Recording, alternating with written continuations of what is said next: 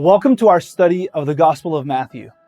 Today we will discuss the central role of the Gospels in the New Testament. The New Testament books are classified under four headings. First, you have the four Gospels, which preach the good news of Jesus Christ through carefully shaped stories from Jesus' life, death, and resurrection. Second, you have the book of Acts, which continues Luke's Gospel story, preaching the good news of Jesus Christ and following its spread from Jerusalem to Rome through the empowerment of the Holy Spirit upon the disciples of Jesus. Third, there are the Epistles, which means letters. They can be divided into two subcategories, the Epistles of Paul and the general epistles. The Epistles of Paul are letters that the Apostle Paul has written to specific people or churches. They are named after those who received the letters, like Romans, Galatians, and Timothy. Then you have the general epistles. They are letters written by various authors like Peter, James, and John to general groups or people. Other than Hebrews, they are named after the authors like 1 Peter and 2 Peter. Fourth and finally, the New Testament closes with one apocalyptic book, the Revelation, which uses powerful, imaginative, symbol-filled visions to depict Jesus' ultimate establishment of his kingdom. When people begin to study the New Testament, they usually begin with the Gospels: Matthew, Mark, Luke, and John. Some would say these books about the life, death, and resurrection of Jesus are the heart of the Scriptures. They say this because everything before the Gospels is preparing people for Jesus' coming, and everything after the Gospels is teaching about life in light of Him, His identity, work, Great Commission, and His promise to return. As with any study of the Scriptures, you want to understand what a passage is saying so that it can be properly applied to your life. You always want to ask these three questions. First, you must ask, what does this biblical author say to the original audience? This means that you must observe the text carefully and notice the details. Second, you must ask, what did he mean when he said it? This involves a careful interpretation of a passage in its historical context, language context, and larger document context, like the context of a passage in its biblical book, its testament, and the whole counsel of God's Word. Third, you must ask, what does this passage mean for me? Let's call this last question the personal devotional application of a scripture. The Apostle Paul reminds believers of the importance of studying Scripture when he tells Timothy in 2 Timothy 2:15, "Be diligent to present yourself approved to God as a workman who does not need to be ashamed, accurately handling the word of truth." Here Paul uses a word that literally means exert yourself. We know that people have to exert themselves to work hard to learn and excel in important jobs and to master valued skills. Many Christians, however, treat the Scripture as though it can be learned and mastered by using little portions of it here and there. This won't do. If you want the Scriptures to change your life, you need to exert yourself to learn it. How much time and effort are you willing to put into this study? Exert yourself. Also, you need to read the books asking God to speak to you personally through your study. The Apostle Paul wrote in 2 Timothy 2:2, "The things which you have heard from me in the presence of many witnesses, entrust these to faithful men who will be able to teach others also." Here, Paul teaches believers to study Scripture with the objective of learning to teach others. For that, Scripture needs to change your heart and not merely fill your mind. It is through transformation that God uses ordinary people to accomplish extraordinary things in His kingdom. Now in Luke 24, two of Jesus' disciples are journeying away from Jerusalem on the road to Emmaus. They are hesitant to believe the rumors that Jesus has risen, but spend the day unknowingly talking with Him on the road. They pour out their woes over their disappointment in Jesus, how His death had broken their hearts and disappointed their hopes that He was the Messiah. Jesus scolds them for their weak understanding of the biblical promises concerning Messiah. He says in Luke chapter 24, verses 25 through 26, O foolish men and slow of heart to believe in all that the prophets have spoken. Was it not necessary for the Christ to suffer these things and to enter into his glory? Then Luke summarizes, then beginning with Moses and with all the prophets, he explained to them the things concerning himself in all the scriptures. What an afternoon that must have been. Later, after they had scurried back to Jerusalem, Jesus appears in their midst and says in Luke chapter 24, 44 through 45, "These are my words which I spoke to you while I was still with you, that all things which are written about me in the law of Moses and the prophets and the Psalms must be fulfilled." Luke adds, "Then he opened their understanding that they might understand the scripture." You see, people do not fully understand the scripture until they understand how everything connects to Jesus. The Bible is not merely data, historical or otherwise. It's not a scientific textbook. Rather, it preaches about the nature of God's world. It is a sermon book on salvation. It presents the context for understanding reality through God's creation and redemption. Therefore, by studying the Gospels, which are carefully constructed story sermons about Jesus, one is studying the very heart of the Scriptures. Here's another challenge as you study. Since the Bible is all about Jesus Christ, read the Bible looking for the connection to Jesus. Everything in the Old Testament builds a context that points forward to him, and everything in the New Testament after the Gospels points back to him.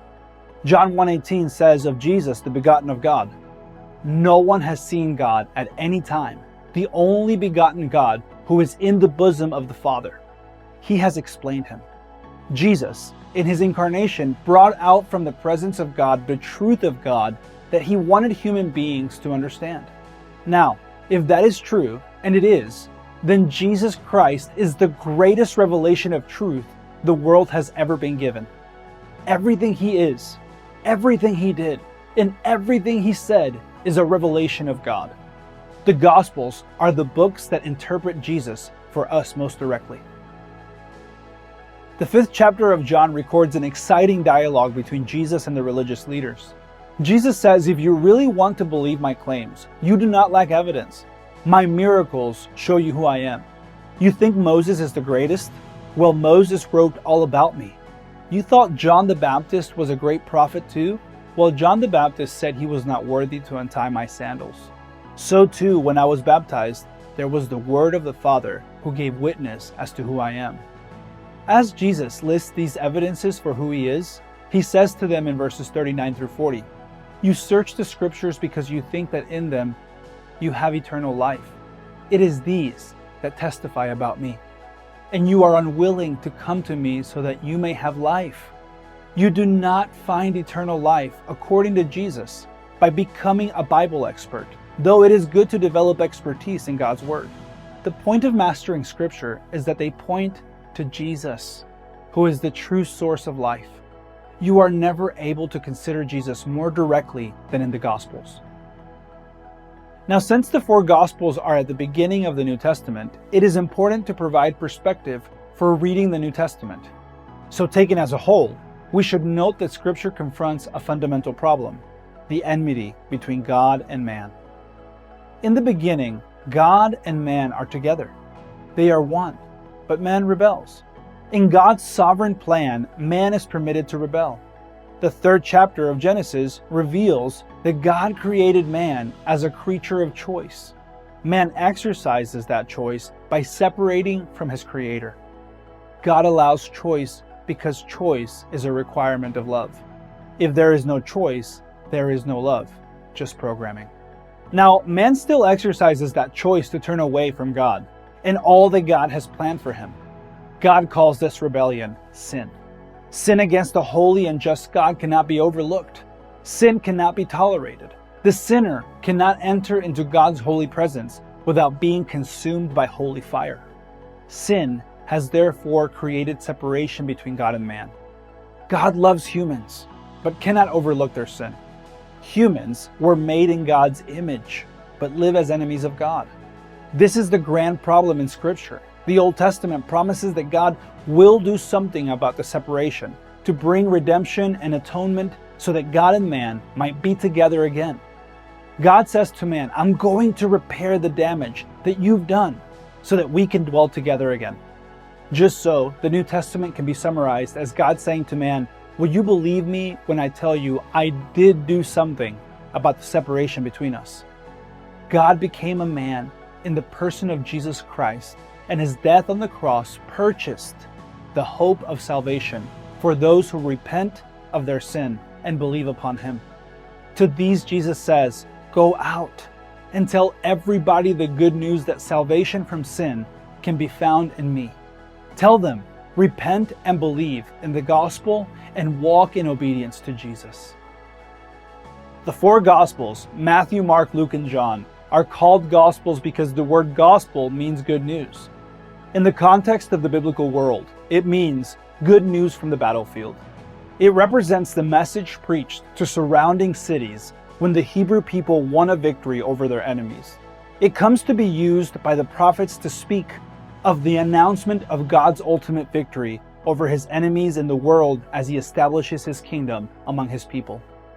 In the New Testament, gospel also speaks of Christ's victory over sin and death in the battle for the souls of man.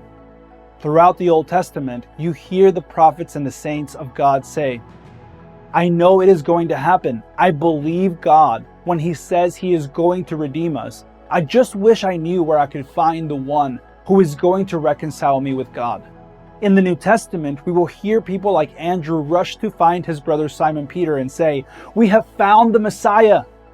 You will read how Jesus stands at the well in Samaria as a woman says to him, I know one day the Messiah is coming and he is going to make everything right. And you will hear Jesus say to her, I, the one who speaks to you, am he. I am the Messiah. So what have we learned in today's lesson? We have launched our study of the Gospels with a consideration of the central role of Matthew, Mark, Luke, and John in preaching the good news about Jesus Christ through stories drawn from the life, death, and resurrection of Jesus. These have been carefully written to tie together all the promises of God, past and future, for the salvation of fallen rebellious humanity in the person of Jesus. Jesus reveals himself as the central figure of interest in the Old Testament. It anticipates his coming and sets the context for his death and resurrection. He heals the broken relationship between God and man by atoning for man's sin and calling the human race to repentance, trust, and obedience before their Creator. Jesus is the central figure in the rest of the New Testament as he establishes his kingdom among the nations through the gospel preaching of his multiplying disciples who have been called to be Jesus' witnesses throughout the world. This kingdom expands as more and more people hear and respond to the good news about Jesus in the book of Acts. It is also witnessed in the many letters written to churches and individuals who are wrestling to be the people God made them to be, the people Jesus called them to be, and the people the Holy Spirit is helping them to become. The Revelation finishes it off with an apocalyptic vision of Jesus' ultimate victory in the world, bringing about the full expression of the kingdom of God among men in a new creation. As you study, you will need to ask yourself first, what did the author say to his original audience? Second, what did he mean by what he said? And third, what does this mean for me in my life? Ultimately, however, as we read the Gospels of Jesus, you will need to ask yourself, what is this good news? Do I really understand this good news? Do I believe the good news? There is nothing more important in your existence than to find forgiveness for your rebellion against your Creator through repentance before God and faith in the salvation that Jesus died to purchase for you.